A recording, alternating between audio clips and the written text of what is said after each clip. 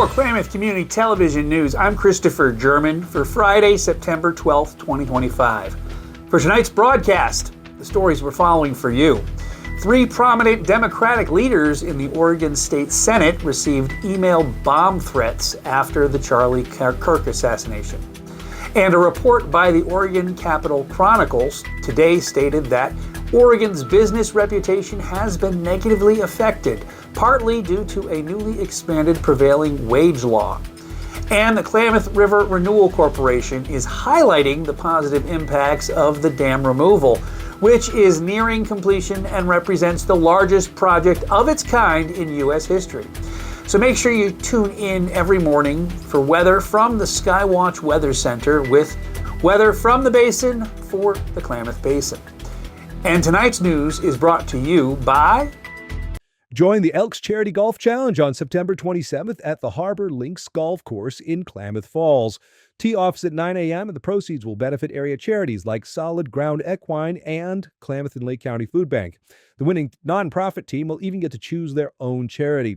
Entry is $85 per person and $325 per team that will include 18 holes of golf, a shared cart, and lunch. For more information, call 541-884-8181 to sign up today. Well, our top story.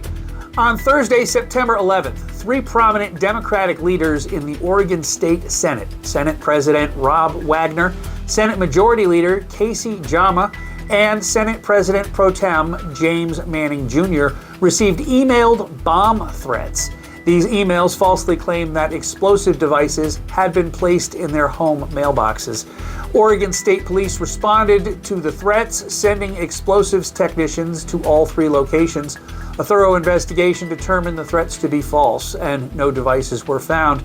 The incident is part of a broader increase in concerns about political violence across the country, particularly following the recent assassination of conservative commentator Charlie Kirk. State police are working with the FBI to investigate the matter. And a report by the Oregon Capitol Chronicle today stated that Oregon's business reputation has been negatively affected, partly due to a newly expanded prevailing wage law. The bill, which takes effect later this month, broadens the definition of public works to include off-site manufacturing and fabrication work for public projects, requiring businesses to pay the state's prevailing wage for this work. Republicans, including Representative Vicky Breeze Iverson, have warned that this change will drive manufacturing jobs out of the state.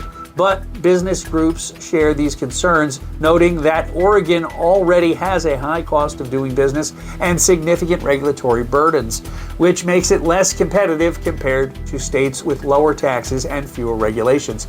They point to instances like Dutch Brothers Coffee and Tektronix moving their headquarters out of state as evidence of this trend. Governor Tina Kotek has publicly stated that her commitment to improving Oregon's business climate. Her administration recently signed a bill to expand economic opportunities for small businesses in prioritizing them in state procurement. However, critics argue that despite these efforts, the state's policies, including the new prevailing wage law, continue to create an unfavorable environment for business. And the 173rd Fighter Wing at Kingsley Field will conduct routine night flying operations next week from Monday, September 15th through Thursday, September 18th. The flights, which are part of the training curriculum for the F-15C student pilots, will occur between approximately 5 p.m. and 11 p.m. Much of the training will take place in the military operating airspace east of Lakeview, where the pilots can fly without lights. However, community members in the Klamath Basin will likely hear the jets during takeoff and landings. Takeoffs will occur after sundown, with the jets returning about an hour and a half later. The training is essential to ensure pilots are proficient in night flying, a crucial skill for both homeland defense and contingency operations, according to Colonel Micah Lambert of the 173rd FW Deputy Commander. For any concerns, community members can contact the Wing's Public Affairs Office at 541-885-6677. And the Klamath River Renewal Corporation is highlighting the positive impacts of dam removal.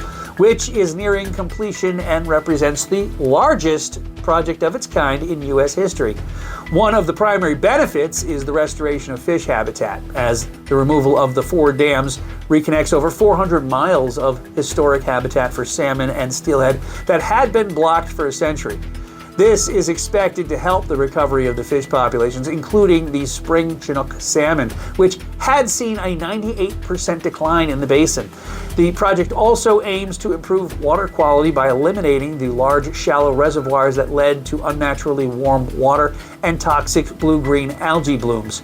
By restoring the river's natural flow, the project will increase dissolved oxygen levels and create a healthier environment for aquatic life. Economically, the KRRC notes that dam removal is a more cost-effective option for power customers than upgrading the aging dams. Additionally, a restored fishery is expected to boost commercial and recreational fishing industries in Oregon and California. The project is also a significant victory for indigenous tribes, as it helps restore a vital part of their heritage and a way of life by unflooding ancestral lands and cultural sites. And get ready to celebrate the arts. The Ross Raglan Theater is hosting a free kickoff event for National Arts in Education Week this Saturday, September 13th, from 11 a.m. till 3 p.m. This is an all-ages event with various hands-on activities, including virtual art, music, and drama. You can also enjoy free goodies like cookies, drinks, and stickers. Partner organizations will be joining the fun, and you can get information about the upcoming fall classes and the importance of arts education. Don't forget to RSVP for a chance to win a $50 scholarship.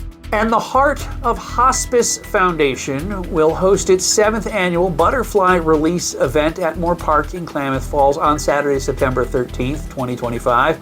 This free event, which runs from 3 p.m. to 5 p.m., allows attendees to release a live butterfly in memory of a loved one. The ceremony will include a reading of names, and the public is welcome to attend. If you wish to reserve a butterfly and have a loved one's name read aloud, you can call Bristol Hospice at 541-882-1636 to be added to the list. And the Commanders Jazz Ensemble from the U.S. Air Force Band of the Golden West will be performing a free concert in Klamath Falls on Saturday, September 27th, 2025. The event will be held at the Ross Raglan Theater from 2 to 4 p.m. The concert is open to the public, and you can expect an afternoon of music ranging from big band classics to original compositions. While the concert is free, it is recommended to reserve your tickets by visiting www.afbandconcerts.com. So tune in and get your views counted only at KCTV, and make sure you hit that subscribe button to KCTV on your favorite platform. And while you're at it, download it to your phone, because that will enable you to get notifications about any types of emergencies, including fires and earthquakes and snowstorms. Oh my! So for KCTV News, it's Friday. I'm Christopher German, and you've made it through another week. Congratulations for that. And this weekend, farmers market's happening, and there's all kinds of cool events, including the butterfly event at Moore Park, and all kinds of other cool, amazing things going on. So I encourage you to get out, go have some fun, and enjoy this fall weekend that's about to start off. And there's also the Sunflower Festival is going to be taking place this weekend as well. That's going to be that's over on 6th Street. And there's all kinds of amazing things going on in the basin. So find something to do and go out and explore and have a grand time this weekend. Sorry the news was a little short today. There wasn't a ton of things going on in the basin, and we will do our best to just come up with the best headlines. And I try to end with a positive note on these things as well. But sometimes it works and sometimes it doesn't work, and we'll see what happens. But I want to thank you for watching. I want to thank you for supporting KCTV News, and I want to encourage you to get in touch with us. info@klamathcommunity.tv is the way to reach out to us. Send us your news clips. Send us anything that you think is important, that needs to be talked about, and you would like to chat about with me. I am always checking my emails, and I'm always ready to get news stories from the public, and the more you guys can send stuff to us, the better off our newscasts will be. So, have yourselves a lovely evening. Have yourselves a lovely weekend. God bless. Good night. Thank you for watching, and we will see you guys again on Monday.